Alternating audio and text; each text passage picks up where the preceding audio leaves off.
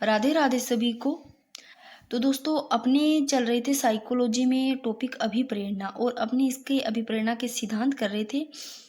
तो ये काफ़ी इम्पोर्टेंट है सिद्धांत, यहाँ से क्वेश्चन पूछे जाते हैं। तो आप इससे पहले वाली वीडियो ज़रूर देखना, उसमें जो अपनों ने किए हैं वो काफ़ी महत्वपूर्ण है सिद्धांत।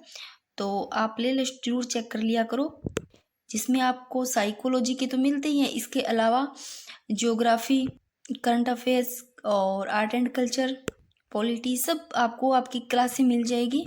और रही बात इकोनॉमिक्स की, तो मैं आपको बता दूं कि अभी मेरे से एक क्लास ही बड़ी मुश्किल से ली जा रही है आप लोगों के लिए। फिलहाल मैं बहुत बिजी हूँ, मेरे को टाइम नहीं है, फिर भी मैं सोचती हूँ कि आप लोगों के लिए क्लास आ जाए। और जैसे ही 3 या 4 तारीख के बाद रेगुलर मेरे को टाइम मिलेगा, आपकी क्लासें रेगुलर आपको मिल जाएगी इकोनॉमिक्स की, जैसे आप बोलोगे। और रही बात मनोविश्लेषणात्मक जो सिद्धांत है, उस सिद्धांत का जो विस्तृत वर्णन अपने करेंगे, जो व्यक्तित्व वाला जो टॉपिक है ना, उसमें अपने उसको कंप्लीट करेंगे, अच्छे से कवर करेंगे, तो वहां पर उसको करेंगे। वैसे मैंने करवा रखा है। अब बिना बात किए हुए स्टार्ट करते हैं इसको।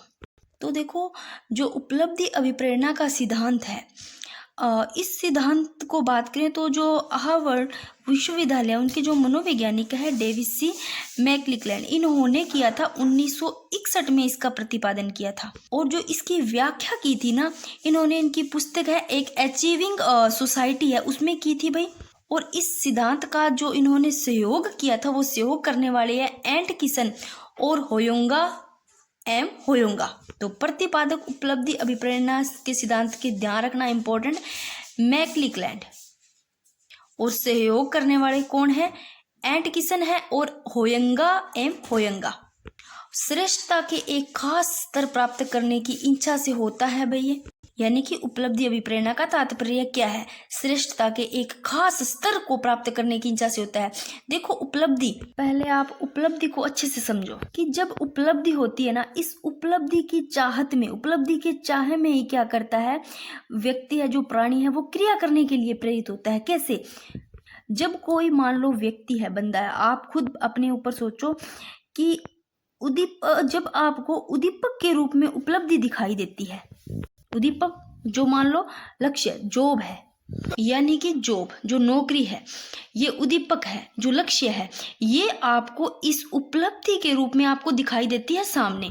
तो आप इसको पाना चाहोगे, और इसको पाने के लिए, इसकी चाहत के लिए, इसको चाहने के लिए आप क्या करोगे? क्रिया करोगे कि मैं थोड़ा बहुत पढ़ लूं तो मुझे जॉब मिल जाएगी, मुझे नौकरी मिल जाएगी। तो आप क्या करोगे? इस जॉब को पाने के लिए क्रिया करोगे, क्रिया करने के लिए प्रेरित होगे, और आपको नौकरी मिल जाएगी। मिलेगी तब ना, जब आप प्रेरित होगे और आप उसके प्रति कार्य करोगे। तो जो उपलब्धि है वो आप क्या कर लोगे? प्राप्त कर लोगे। तो आप उपलब्धि प्राप्त कर लोगे तो जॉब मिल जाएगी। तो उपलब्धि एक बार आपको समझ आई होगी, मतलब भी क्या है ये, यानी जो उपलब्धि है, इसकी चाहत में ही प्राणी क्या करता है? क्रिया करने के लिए प्रेरित होता है। जो सफलता है वो देखो, वो भी उपलब्धि का ही एक प्रकार है। जिससे जॉब पाली तो आपको सफलता मिल गई। तो उत्कृष्टता के मापदंड को प्राप्त करने की आवश्यकता उपलब्धि अभिप्रेरक ही कहलाती है। देखो, चुनौतीपूर्ण व कठिन कार्यों में जो संतोषजनक निपुणता प्राप्त करने की जो आशा है, वो ही उपलब्धि अभिप्रेरक है। जो चुनौतीपूर्ण होते हैं, जो कठिन काम होते हैं, उसमें अगर आप मान लो निपुणता प्राप्त कर लेते हो, तो आपको ऐसे संतोषजनक वाली ऐसे होती है कि हाँ, हमने इतने कठिन काम करके ये कार्य भाई जो उपलब्धि है वो प्राप्त की है। जो आप सफलता प्राप्त कर लेते हो, तो वो सफलता ही क्या, उपलब्धि का एक प्रकार है। आगे देखो, एंटकिसन है, वो देखो, एंटकिसन के अनुसार उपलब्धि अभिप्रेरणा व्यवहार को दिशा, तीव्रता एवं निरंतरता प्रदान करती है। और फर्नाल्ड के अनुसार उपलब्धि अभिप्रेरणा से तात्पर्य है कि श्रेष्ठता के विशेष स्तर को प्राप्त करने की इच्छा से है। तो मैं यहाँ पर एक लाइन लिख सकती हूँ कि उपलब्धि की चाह में ही क्या करता है? प्राणी क्रिया करने के लिए प्रेरित होता है।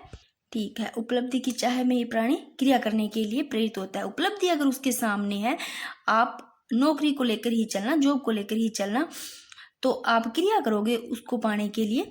तो ये आज चीजों के समझ में आ गई उपलब्धि प्रेरणा का सिद्धांत।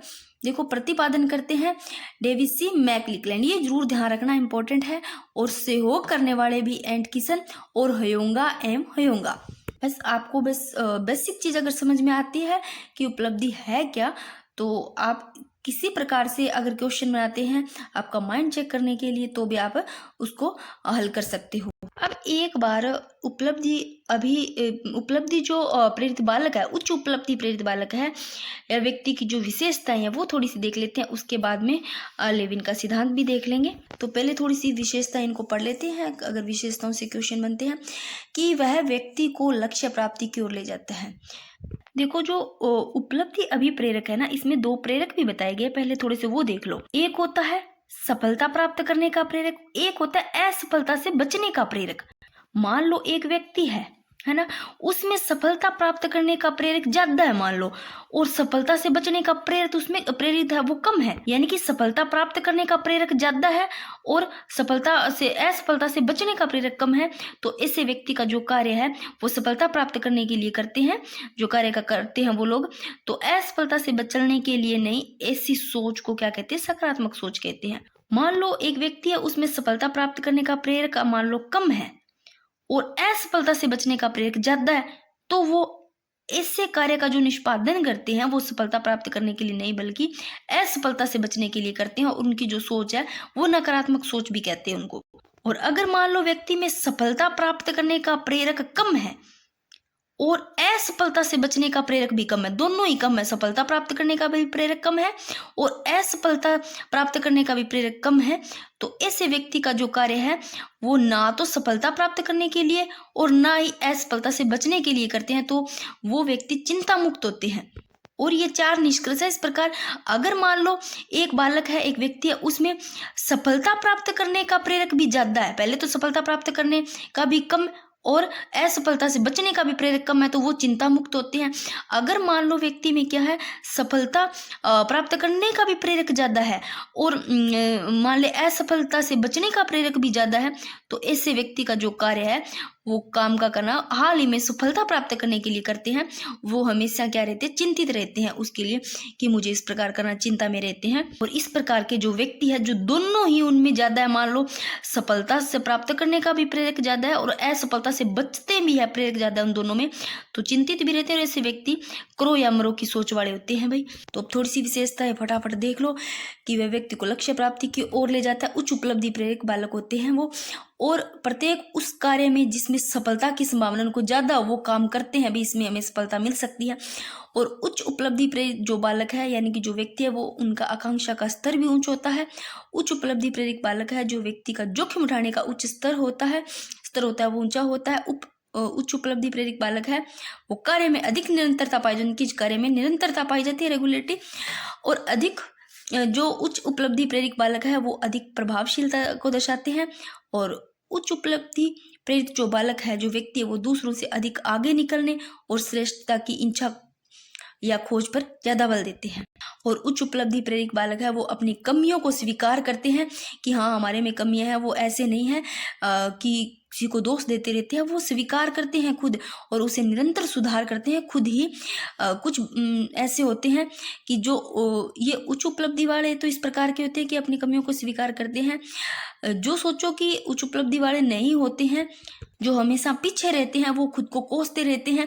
इस प्रकार मान लो अगर उनको पढ़ने का ही बोल दो, अगर खुद से अगर पढ़ा ना जाए तो वो ना, अगर घर में आप ऐसे लो कि मान लो मैरिड कोई लड़की है ना, लेडीज है, या फिर कोई भी लड़का लड़की कुछ भी मान लो, अगर वो इस प्रकार है कि उनको पढ़ने का टाइम भी नहीं मिल पा रहा है, कुछ भी थोड़ा मिल पा रहा है, अगर नाइट को पढ़ सकते हैं, अगर दिन में उनके घर पे काम ज़्यादा है, तो वो इस प्रकार कोसते रहेंगे, हाँ मेरे तो ये काम पड़ा है, क्या करूँ, ऐसे करूँ, टाइम भी नहीं मिलता, सास काम भी नहीं करने देती, ये वो, मतलब खुद को ही कोसते रहते हैं। वो ये नहीं सोचते हैं कि इन काम को निपटा करके या फिर मैं इस प्रकार से भाई अच्छा प्लान बना करके नाइट को पढ़ सकूँ। तो वो खुद ही उसको जो कमियां हैं या इससे उसको मतलब थोड़ा सा सही ढंग तरीके से उसको स्वीकार करके और निरंतर उसमें सुधार करके अगर खुद सही तरीके से काम करे तो वो उच्च उपलब्धि प्रेरित बालक हो सकते हैं। पर नहीं, ऐसा खुद को ही कोसते रहते हैं। उच्च उपलब्धि प्रेरित बालक होते हैं ना,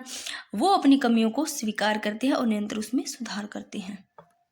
अब देखो उच्च अभिप्रेरक को प्रभावित करने वाले कारक देख लो थोड़े से। घर का वातावरण, और इसमें कौन आ जाते हैं, माता पिता आ जाते हैं, उनका प्रभाव होता है। समूह विद्यालय के वातावरण में आ जाता है शिक्षक का प्रभाव, और माता पिता का व्यवहार आता है कि घर के वातावरण में माता पिता का व्यवहार आ जाता है, निर्देशन स्वतंत्रता। और विद्यालय के वातावरण में जो आता है वो शिक्षक का प्रभाव, समूह है, और पाठ्य सहगम ये सब आ जाते हैं। समाज में रूढ़ियाँ आ जाती है, शिक्षा साहित्य परंपरा ये सब आ जाते हैं। नेक्स्ट, लेविन का सिद्धांत। प्रतिपादन किन्होंने, कुर्ट लेविन ने। तो लेविन के सिद्धांत का जो प्रतिपादन किया वो कुर्ट लेविन ने। और इनका क्या कहना है कि किसी परिस्थिति विशेष में व्यक्ति का व्यवहार उन तत्वों का द्वारा प्रचलित होता है जो आसपास के वातावरण के बीच कार्य करते हैं। मान लो कोई व्यक्ति है और उसको यदि वातावरण में उत्साह मिल रहा है तो वह क्या है, आशावान बना रहेगा।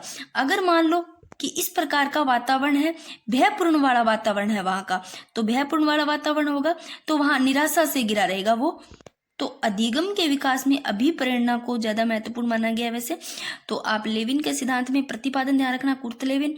और इनका कहना है कि किसी परिस्थिति विशेष में व्यक्ति का व्यवहार है उन तत्वों द्वारा प्रचलित होता है कि उसके आसपास का वातावरण कैसा है, कैसे वातावरण में रहना, उनके बीच का कार्य करते हैं। अगर वातावरण में उनको उत्साह अच्छा मिल रहा है तो वह आशावान बना रहेगा। अगर वहां का वातावरण भयपूर्ण है तो जैसा वातावरण होगा वो वैसा ही होगा, भयपूर्ण होगा तो वो निराशा से घिरा रहेगा। थोड़े से कुछ मोस्ट इंपॉर्टेंट क्वेश्चन देख लो, और मैंने करवाया है मेस्लो के सिद्धांत को भी। तो मेस्लो के सिद्धांत में अभिकल्पित उच्चतम आवश्यकता कौन सी है, तो सबसे उच्चतम वाली है, उच्च वाली, वो आत्मसिद्धि है। उपलब्धि अभिप्रेरणा का सिद्धांत किसके द्वारा दिया गया, अभी मैंने बताया उपलब्धि अभिप्रेरणा का सबसे पहले पढ़ा। तो उपलब्धि अभिप्रेरणा का जो सिद्धांत है वो मैकक्लेलैंड।